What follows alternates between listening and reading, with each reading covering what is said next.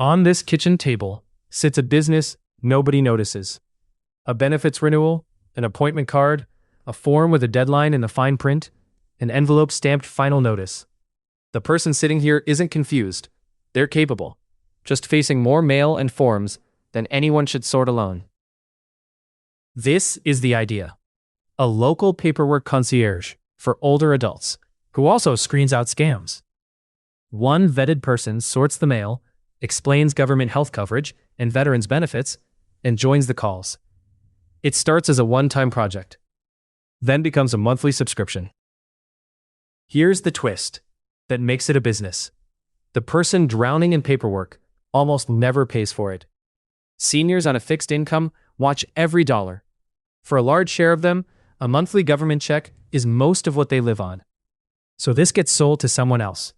The adult child, often 3 states away, buying one feeling. Their parents' whole pile finally handled. That first visit is the untangle project. The concierge sorts the pile into act now, read later, and toss, and flags the deadlines that matter, turning a chaotic stack into one folder anyone could open. The weeks after settle into a rhythm. Enrollment windows and renewal forms get explained in plain terms, and someone sits right there for the benefits call or the doctor's visit that used to mean an hour on hold, alone. Then the phone rings, a final notice demanding payment now. The concierge knows the pressure tactics and hangs up. The same person handling the paperwork also stands between your parent and the scams that cost older adults billions of dollars every year. 2 services, 1 subscription, 1 price. Why does each side show up month after month? For the person at the table, it's a calm, familiar face who explains things once and doesn't rush. Someone capable who simply decided not to do this alone anymore. For the adult child, it's relief they can feel, regular updates instead of a nagging worry. And for the concierge, it's steady, recurring revenue built one local client at a time. Never a cut of whatever plan gets recommended, because that's the moment trust dies. This works best in places with a lot of retirees and families scattered across state lines instead of down the block.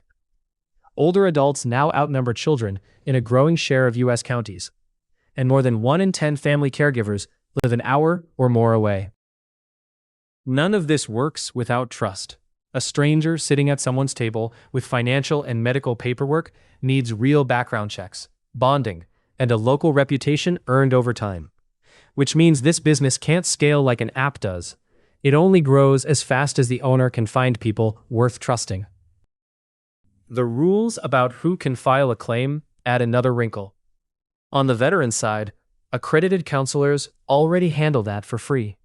So the concierge organizes, explains, and hands the actual filing to that channel.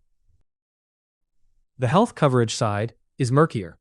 A founder would have to figure out how far you can go organizing and explaining paperwork before you bump into the rules for people licensed to sell insurance, since choosing a specific plan should stay with the free counseling channel that already exists for exactly that.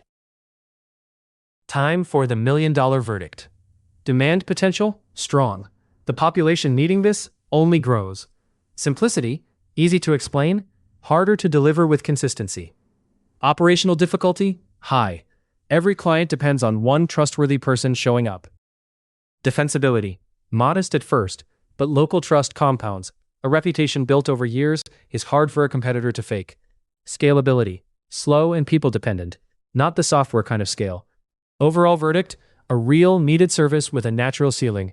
One worth building carefully, one trustworthy hire at a time. So here's the question. Would you pay for this, for your own parent? And what would it take to trust a stranger with everything on that kitchen table? Tell me in the comments.